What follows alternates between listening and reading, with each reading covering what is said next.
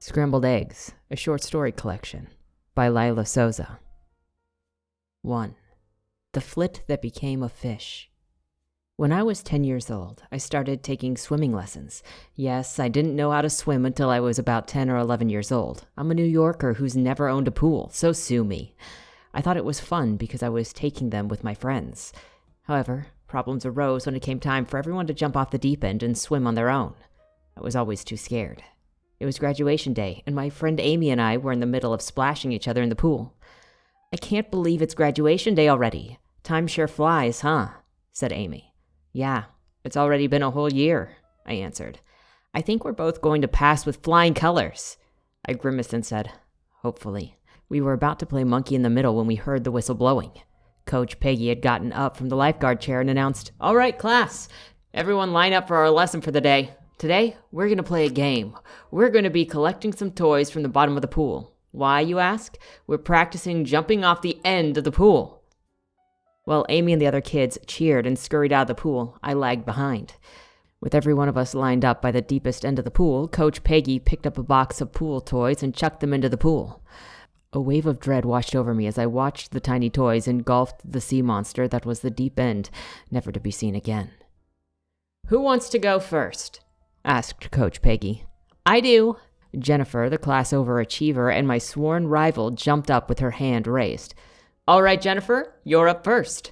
The lithe redhead rushed in, swan diving into the water. Where did she learn to swan dive?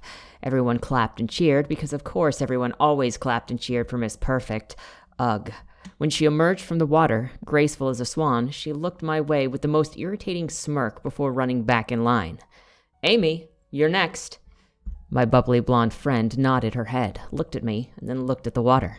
Then she ran to the edge of the pool and made a sharp drop, feet first, into the pool.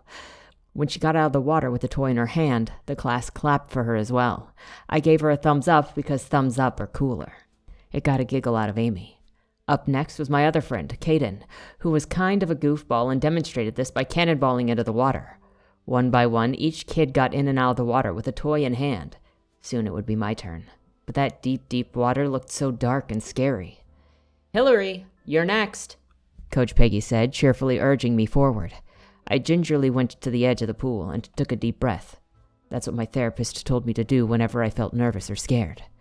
Early on into my swimming lessons, a certain rival of mine thought it would be cute to push me into the water as a prank, when I hadn't even learned the basics yet.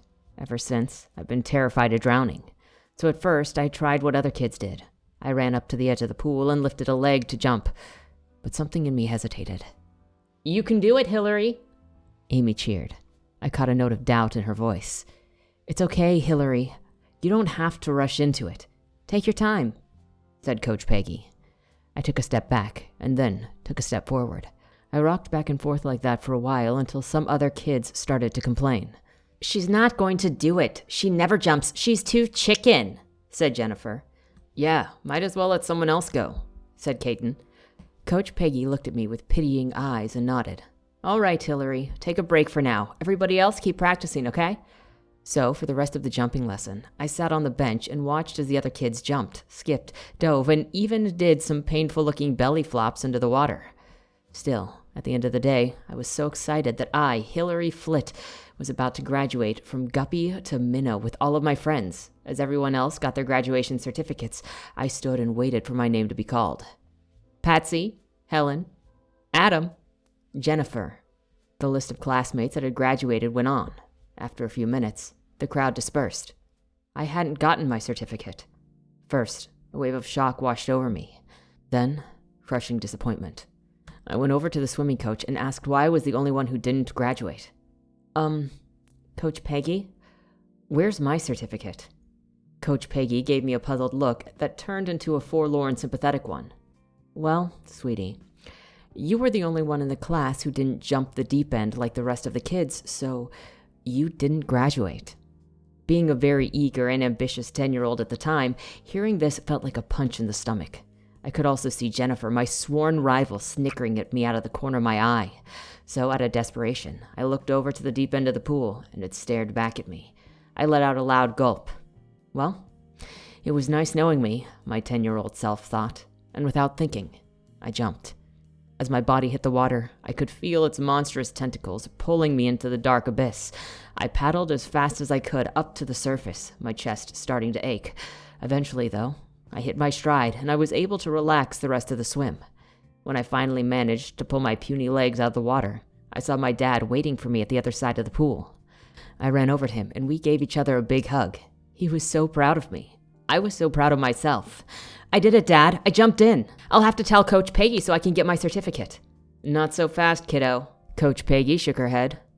So, I still didn't graduate. According to Coach Peggy, it was because it was only after class and not doing it in class that made me several points short of passing the class.